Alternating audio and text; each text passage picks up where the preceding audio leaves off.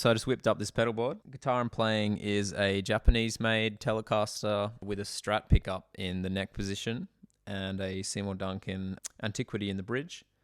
It has a no-load tone pot shared by both pickups, which just sort of brightens up the neck considerably. I got sick of having the sort of muted or dull-sounding telly neck pickup with the really spanky bridge. Anyway, onto the pedal board. Started off with the wah, standard Crybaby with some modifications just to change how resonant it is. I haven't changed the inductor or anything like that. To be honest, the mods, they change the sound, but they don't necessarily make it any better. So I'd be happy with just a stock Crybaby there, which is almost what that is. That's first in the chain. Then we hit the OD3. Not much to say about it. It's like a more modern sounding SD2, I guess. I like it. It does cut sort of above 10K, I think. It cuts a bit of treble, but the tone knob does brighten it up. But it's just a good sort of stock standard overdrive with a bit more output than the older style like Tube Screamer and SD2 type pedals. From that into the Power Boost. That's the Macari's Castledine reissue. Awesome pedal, insane amount of output, and the amount of fuzz comes up as you reach the top of the volume level. So I've played around with master volume clones, and the master volume on them, it sort of kills the gainy sound. So if you crank the gain and turn the master volume down, in the same way that it does the poorly implemented master volume in an amp, that sort of kills it in the same way. So without the master volume, it's awesome. You can pummel the front end of an amp, get some really nice sort of square wavy saturated fuzz tones, but it's also a great clean boost with the volume knob turned back down. Huge EQ range as well. I tend to keep them pretty close to the middle. I seem to be quite neutral there. The treble gets really bright. The bass gets really boomy if you crank it up.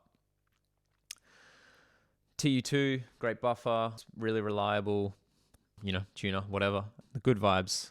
That's great. I kind of bought it on a whim a few weeks ago. I've had some more expensive vibe pedals, the more boutique ones like the Sweet Sound Ultra Vibe and the Castledine Super Vibe. That's right up there with those. I've really enjoyed the sound. The intensity is pretty insane. It almost, like the wave shape gets so intense that it gets like a tremolo sort of sound. But if you keep the intensity low, it's great. VB2, only recently sort of fell back in love with it. I found it because I was thinking about using like a whammy bar trem on a Strat, and I have a telly at the moment. I can't do it, but the cool thing that you can do with that is if you strum a chord with, say, only 2 fretted notes, but you're using 4 of the open strings, and then you fade that in on unlatch mode, really subtle.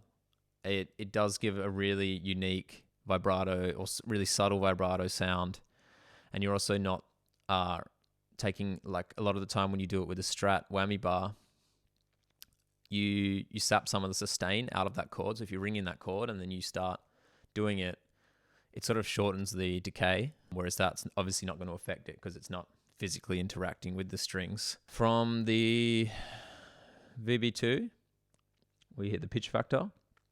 Sort of just a cool exploratory pedal. It has some terrible sounds, but they're fun in that way. I also just like using it for adding octaves or fifths or reverb, as well as just standard digital delay sounds.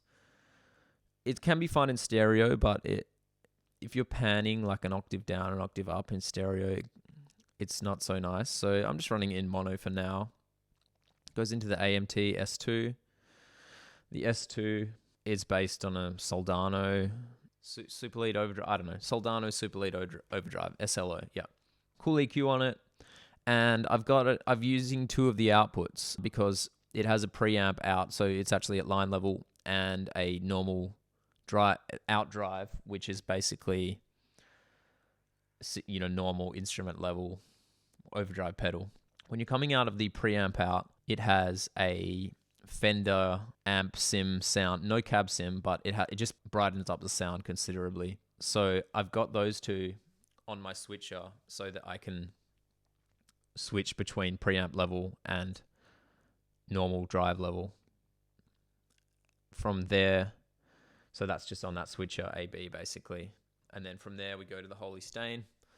Holy Stain, I just bought to try it because it's such a weird old Electro Harmonix pedal. There's not many demos of it either. The reverbs in it sound good. The pitch shift is stupid, but you can do some silly sounds with it because it does a constant shift.